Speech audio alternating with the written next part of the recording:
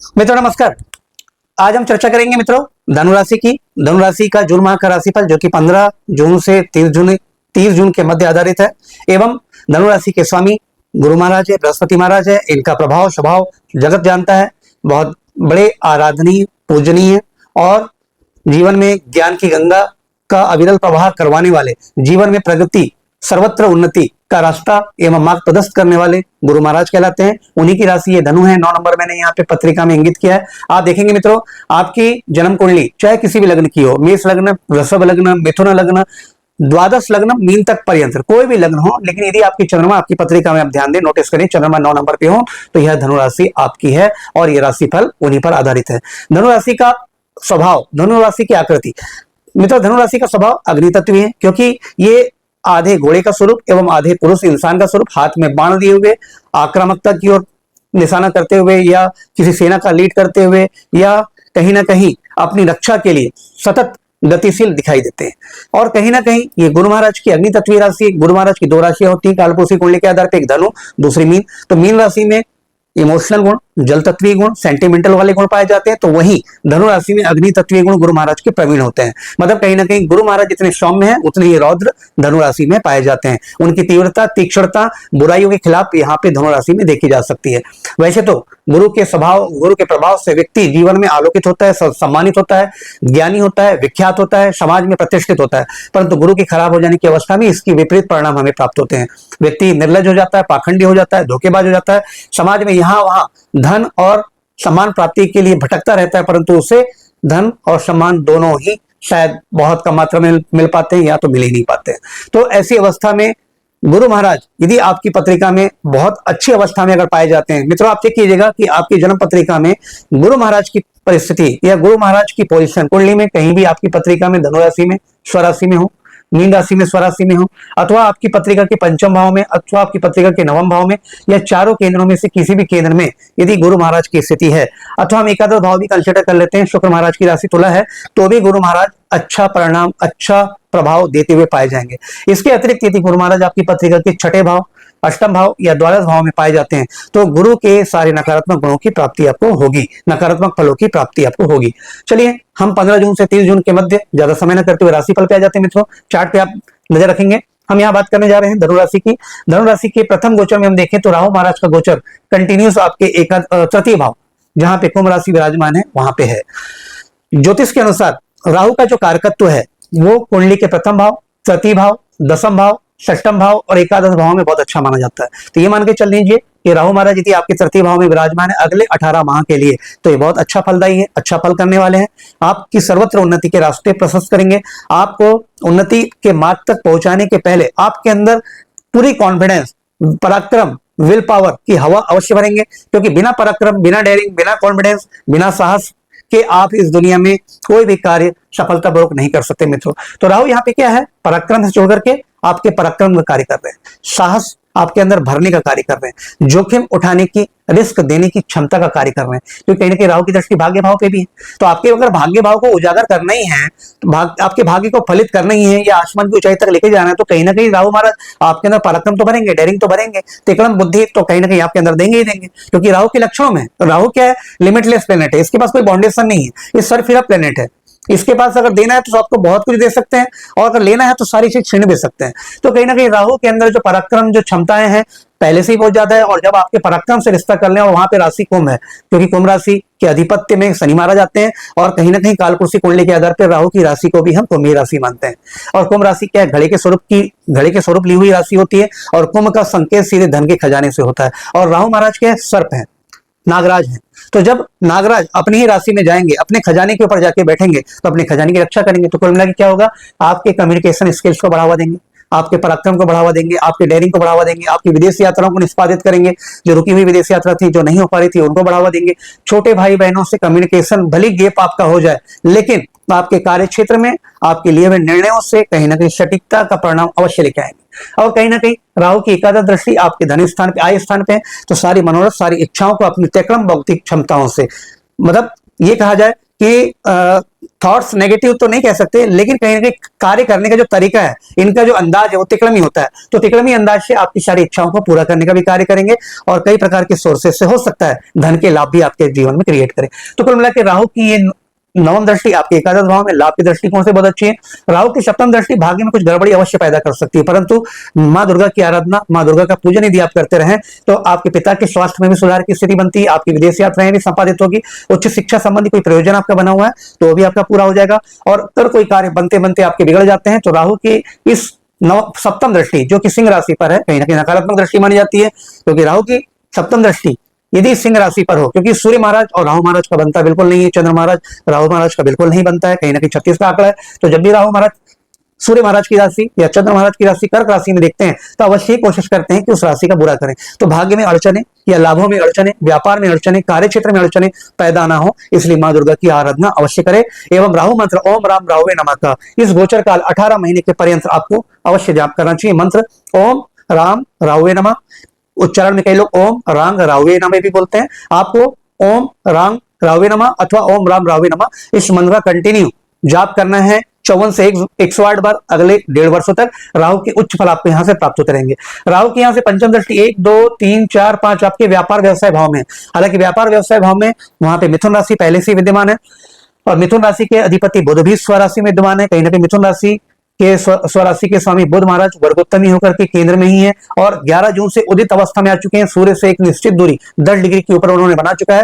तो जो बुध महाराज का जो फल अभी तक पिछले 1-1.5 महीने से अच्छा नहीं आ पा रहा था, अपने परिणाम अच्छे नहीं दे पा रहे थे, कला कौशल कम्युनिकेशन लेखन गायन एवं स्पीच और यात्राओं में कहीं ना कहीं जो व्यवधान था वो सारे व्यवधान आप बुध वर्गोत्तमी होकर के और सूर्य से 10 डिग्री से अधिक की दूरी बना करके समाप्त करने जा रहे हैं। ऊपर से राहु की दृष्टि यहाँ पंचम दृष्टि आ जाएगी। राहु की यहाँ पंचम दृष्टि उच्च अवस्था में, क्योंकि मिथुन राशि में और वृषभ राशि में राहु उच्च के माने जाते हैं। तो व्यापार व्यवसाय में अचानक से गति प्रगति का मार्ग प्रशस्त करेंगे, व्यापार में तीव्रता लाएंगे, व्यापार में जोखिम रिस्क दिलवा करके भी आपके व्यापार में लाभ की स्थिति को सुनिश्चित करेंगे।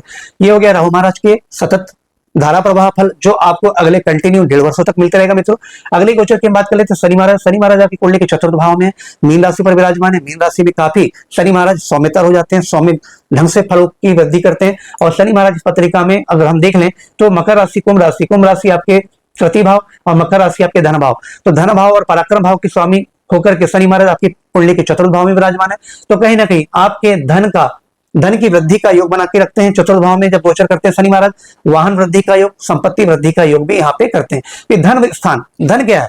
संपत्ति है, आपका प्लस है, आपकी सकारात्मकता है। तो सकारात्मक भाव का स्वामी जहां भी जाएगा वहां पे सकारात्मकता फैलाएगा। तो धन मतलब प्लस मतलब शनि यहाँ पे आगे चौथे भाव में। चौथा भाव क्या होता है? वाहन, भवन, भूमि, संपत्ति, प्रॉपर्टी, मान सम्मान, यश प्रतिष्ठा, माता का सुख, आपकी मानसिक शांति, आपकी जन प्रतिष्ठा। तो कहीं ना कहीं शनि महाराज यहाँ पे भले ही धीमे क्यों ना हो, आपके सारे उद्देश्य जो वाहन से जुड़े हुए हो, आर्थिक लेन देन से जुड़े हुए हो, प्रॉपर्टी से जुड़े हुए हो, आपकी मानसिक शांति से जुड़े हुए हो, आपकी लोकप्रियता से जुड़े हुए हो, ये सारी चीजों को भले धीमे ही फल दे, परंतु शनि महाराज आपके चौथे भाव में जब तक गोचर करेंगे अगले 2.5 वर्षों तक इन सारे पक्षों में वृद्धि अवश्य करेंगे।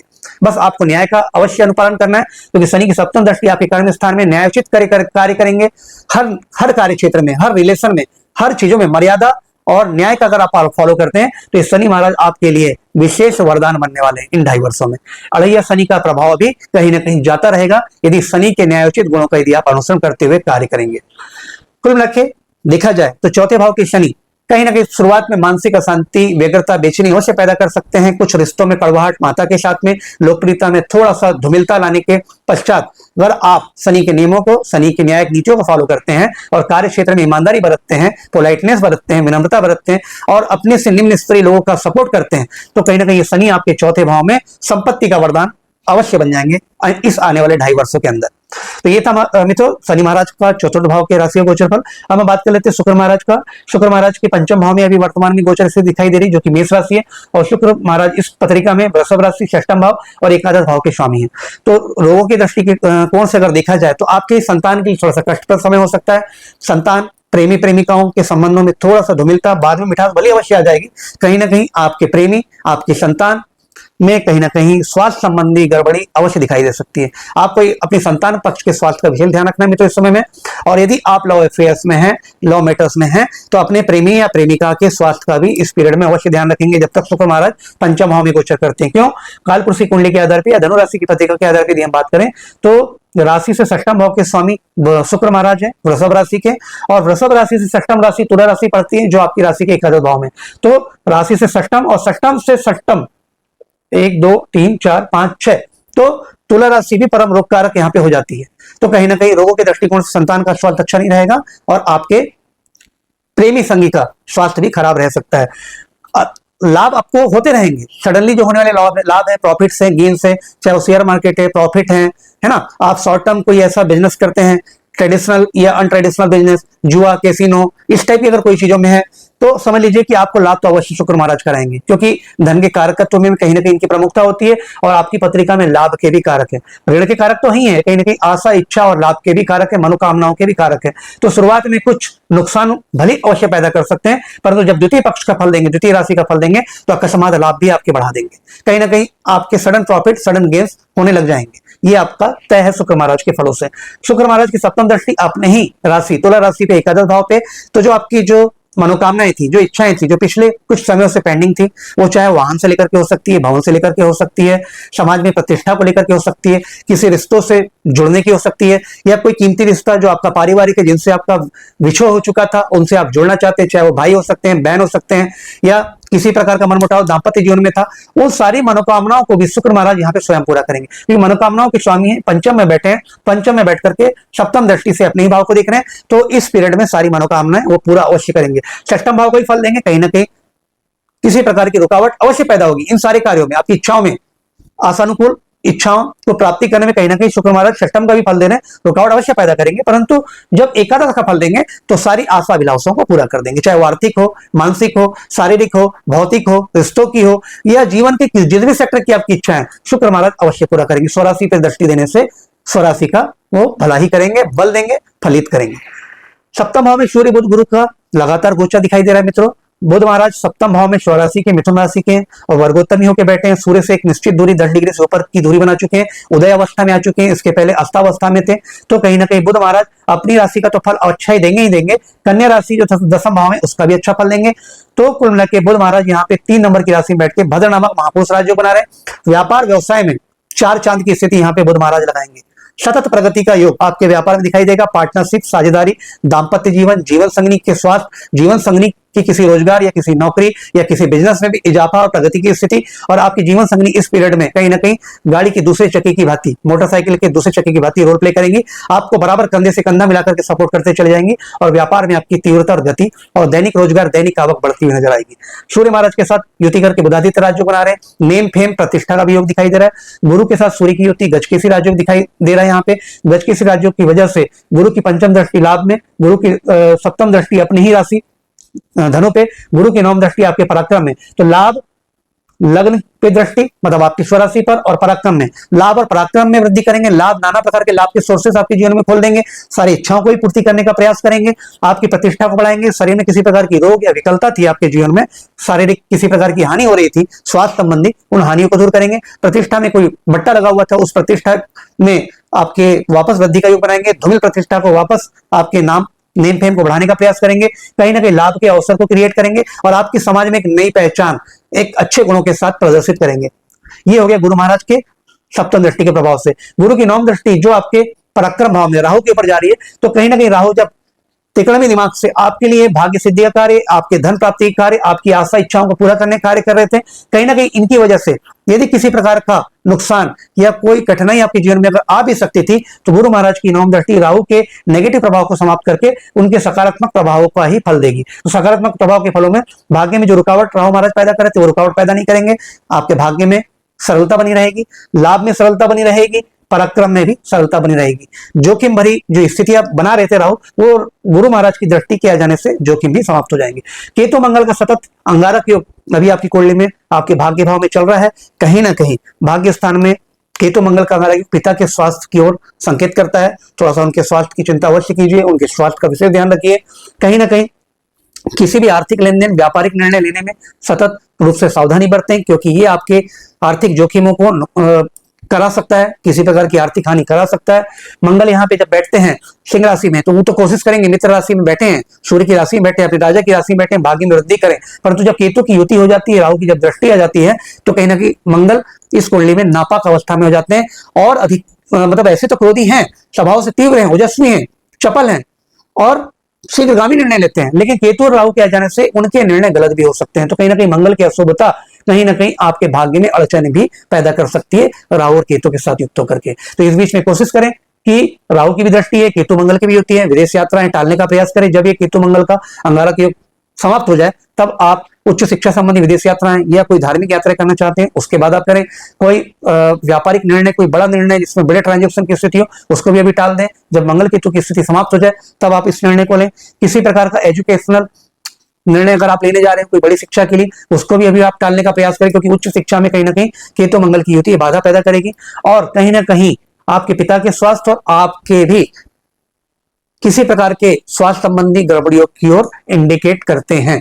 तो कहीं ना कहीं ये गोचर बहुत कठिन तो नहीं कह सकते मित्रों, क्योंकि शॉर्ट टर्म के लिए गोचर आया हुआ है, बहुत लंबे समय के लिए गोचर नहीं है, परंतु फिर भी आपको सावधानी रखने की आवश्यकता है। मेनली इस बीच में ऐसे संबंध ना जुड़े, नए संबंध जो आपके आर्थिक लेन देनों को नुकसान पहुंचा सके और आपके व्यापार को खराब कर सके या आपके धन को खराब कर सके। आइए मित्रों, धनु राशि के जातकों के लिए वो महत्वपूर्ण उपाय जिनसे धनु राशि की किस्मत बदल सकती है, उनके जीवन में नए सुपरिणाम आ सकते हैं, जान लेते हैं। सेकंड हाउस, द्वितीय भाव को एक्टिवेट करने के लिए धनु राशि के जातकों को निर्जन स्थान में, सुने स्थान में चने की दाल को गड़ा देना चाहिए। ध्यान रखें, जब चने की दाल आप गड़ाएं तो कोई आप पर नजर टोक ना डाले। अगला उपाय, फिफ्थ हाउस को, यानी इससे क्या होगा कि द्वितीय भाव आपका एक्टिवेट हो जाएगा, पहले उपाय से धन भाव एक्टिवेट हो जाएगा। फिफ्थ हाउस, संतान भाव को एक्टिवेट करने के लिए, अच्छे संतान सुख की प्राप्ति के लिए, अकस्मात लाभ की प्राप्ति के लिए आपको मिट्टी के बर्तन में घर में शहद भर करके प्रतिदिन शहद का सेवन करना चाहिए। सिक्स्थ, एट्थ एंड ट्वेल्थ, छठे, आठवें और 12वें भाव के दुष्प्रभावों को नष्ट करने के लिए आपको कोशिश करना चाहिए कि सप्ताह में 1 या 2 बार कुएं में दूध डालना चाहिए और रात्रि सोते समय दूध का सेवन ना करें। इससे आपके छठे, 8वें और 12वें भाव के जोखिम समाप्त होते नजर आएंगे। 11th हाउस के प्रभाव को बढ़ाने के लिए, आप आशा, इच्छा और लाभ की स्थितियों को बढ़ाने के लिए आपको शुक्रवार 4 शुक्रवार जटा वाला जो नारियल होते हैं ना, तो जिसमें बाल बहुत होते हैं, उस नारियल को दरिया में या नदी में प्रवाहित करना है, बहते जल में। 7th हाउस एक्टिवेट करने के लिए, व्यापार व्यवसाय को बढ़ाने के लिए, दाम्पत्य सुख में मधुरता लाने के लिए, पत्नी के स्वास्थ्य को अच्छा करने के लिए, दैनिक आवक को बढ़ाने के लिए आपको हरे रंग का रुमाल हमेशा पास में रखना चाहिए। इससे आपका 7th हाउस हमेशा पॉजिटिव रहेगा, एक्टिवेट बना रहेगा। लग्न के प्रथम भाव या राशि को मजबूत करने के लिए आपको धर्म स्थल पर हमेशा कुछ ना कुछ दान करना चाहिए और साधु और ब्राह्मणों का आशीर्वाद लेना चाहिए। इससे आपकी कुंडली के प्रथम भाव को बल मिलेगा, आपकी प्रतिष्ठा को बल मिलेगा, आपकी आयु को बल मिलेगा, शरीर में अगर रोगों की स्थिति है तो वो भी समाप्त होगी। तो मित्रों, ये था धनु राशि के जातकों का जून माह का राशिफल 15 से 30 जून पर्यंत। जानकारी पसंद आई हो तो निवेदन करूंगा कि मेरे चैनल को लाइक, शेयर एंड सब्सक्राइब करें। अगले टॉपिक में पुनः आपके सामने उपस्थित होऊंगा, तब तक लिया दीजिए आपके प्रेमित एस्ट्रोलॉजर AR धीरेन्द्र को धन्यवाद।